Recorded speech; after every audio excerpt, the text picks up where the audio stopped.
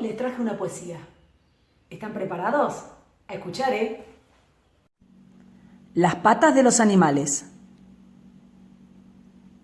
El que tiene patas grandes es Vicente, el elefante.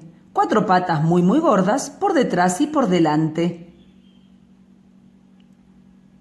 La vaca blanca Matilde anda sobre 4 patas. Son medianas de tamaño, pero las vacas no saltan.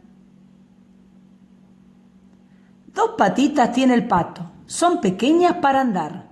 Saltar, correr y dar brincos, bailar e ir de aquí para allá.